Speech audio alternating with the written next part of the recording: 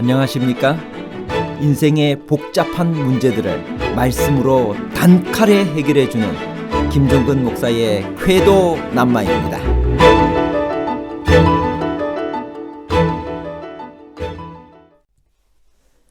율법을 한 번도 듣지 못하고 산 사람들은 무엇으로 심판을 받으며 어떻게 구원을 받을 수 있을까요? 바울은 그런 사람들에게는 양심이 율법이 된다고 대답하셨는데 사람의 양심이 기준이 될 수 있을까요? 악한 양심이나 화인 맞은 양심도 하나님을 드러내는 율법이 될 수 있을까요? 율법을 한 번도 듣지 못하고 산 사람들은 양심으로 심판을 받는데 그 양심이란 화인 맞은 양심인가요? 아니면 하나님을 찾는 선한 양심인가요? 화인 맞은 양심과 선한 양심에 관한 복잡한 문제를 하나님 말씀의 가르침으로 명쾌하게 해결해 드리겠습니다. 복음을 들어보지 못한 사람들은 어떻게 구원받나요?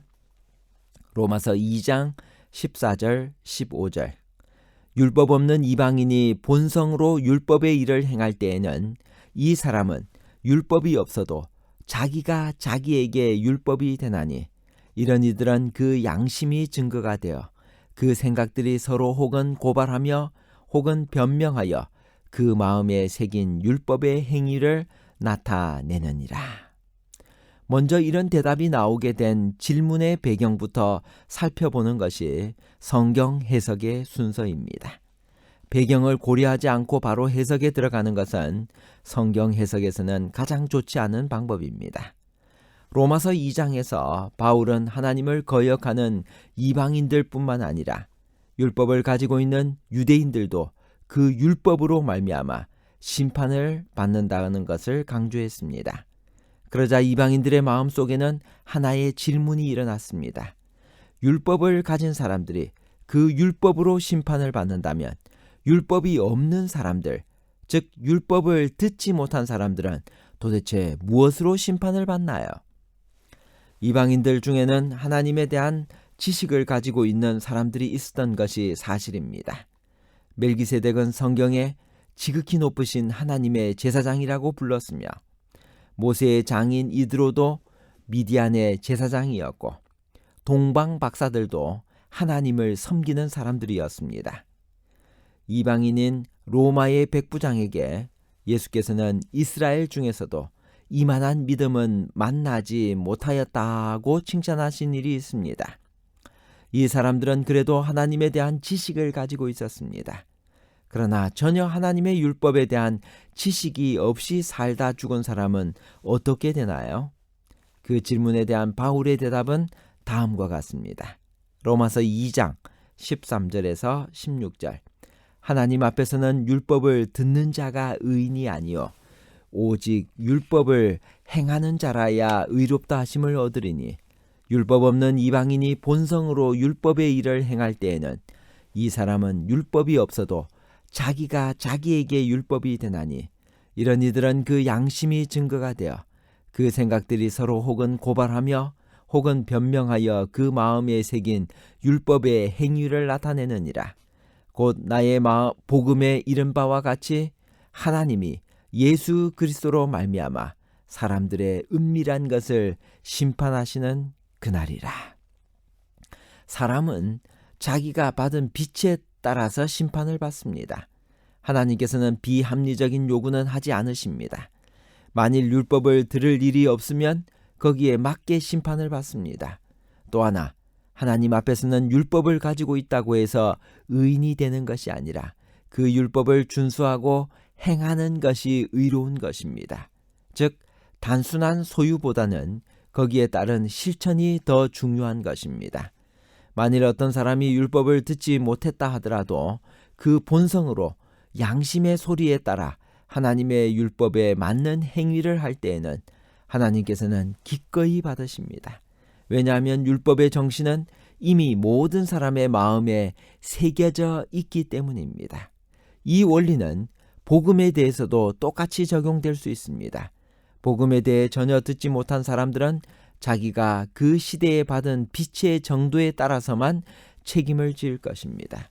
그리고 그리스도께서 모든 사람의 구원을 위하여 돌아가셨고 복음의 정신은 이미 모든 사람들의 마음에 새겨져 있기 때문에 그 선한 마음의 소리, 즉 복음의 소리에 따라 살아온 사람들은 거기에 따라 심판을 받을 것입니다. 한 가지 분명한 것은 하나님께서는 극히 의로우시고 공의로우신 분이기 때문에 단 한 사람도 억울하게 하지 않으시고 공의롭게 심판하실 것이라는 사실입니다. 율법의 완성은 사랑인데 사랑하면 구원받고 대사명을 감당할 수 있나요? 로마서 13장 10절 사랑은 이웃에게 악을 행하지 아니하나니 그러므로 사랑은 율법의 완성이니라. 마태복음 28장 19절 20절 그러므로 너희는 가서 모든 민족을 제자로 삼아 아버지와 아들과 성령의 이름으로 침례를 베풀고 내가 너희에게 분부한 모든 것을 가르쳐 지키게 하라. 볼지어다 내가 세상 끝날까지 너희와 항상 함께 있으리라 하시니라. 요한복음 21장 15절 그들이 조반 먹은 후에 예수께서 시몬 베드로에게 이르시되 요한의 아들 시몬아 내가 이 사람들보다 나를 더 사랑하느냐. 예수를 배신한 제자들을 찾으러 예수님은 해변가로 찾아가셨습니다. 제자들은 아무 할 말이 없었습니다. 3년을 헌신했는데 예수를 모두 부인한 제자들. 베드로는 정말 괴로웠습니다. 3번이나 예수를 부인하고 저주했습니다. 예수님은 베드로의 정체성을 회복해 주고 싶었습니다.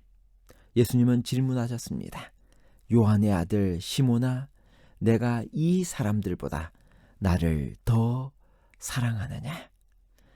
마태복음 26장 33절 베드로가 대답하여 이르되 모두 주를 버릴지라도 나는 결코 버리지 않겠나이다. 베드로가 자주 사용했던 말이 있습니다. 나는 결코 버리지 않겠나이다. 내가 주님을 가장 최고로 사랑합니다. 예수님이 질문합니다. 너 다른 사람들이 나를 사랑하는 것보다 더 사랑하지? 맞지? 먹고 사는 것보다 나를 더 사랑하는 것 맞지? 이 세상보다 나를 더 사랑하지? 예수님께서 이렇게 질문을 하셨습니다. 예수님은 하늘로 승천하시기 전 사랑하는 제자 베드로에게 큰 사명을 맡기려고 하셨습니다. 사명과 사랑은 무슨 관계가 있을까요? 사명은 예수님을 사랑하는 자에게만 맡길 수 있습니다. 실수가 너무 많았던 그 베드로, 예수님을 3번이나 배신했던 그 베드로에게 예수님은 사랑을 확인하고 그리고 그에게 대사명을 맡기고 싶었습니다. 바로 그 대사명이 마태복음 28장 19절 20절에 우리가 조금 전에 읽었던 그 말씀이었습니다. 아무리 생각해봐도 불가능한 것 같은 그 사명을 예수님은 그 사랑하는 제자 베드로와 그의 사랑하는 제자들에게 맡기고 가셨습니다. 예수님께서는 우리들에게 예수님을 사랑하라고 말씀하십니다. 사랑은 사명을 받게 해주는 가장 중요한 것입니다. 요한의 아들 시몬아 내가 이 사람들보다 나를 더 사랑하느냐? 사랑하면 베드로에게 맡기신 그 사명을 여러분과 저에게도 맡겨주실 수 있습니다. 시대의 소망 812페이지 베드로에게 봉사의 직분을 회복시켜 주시면서 그리스도께서 처음으로 그에게 위탁하신 사업은 양들을 먹이는 일이었다. 베드로는 그 일에 거의 경험이 없었다. 그 일에는 큰 주의와 친절 그리고 많은 인내와 참을성이 요구되었다.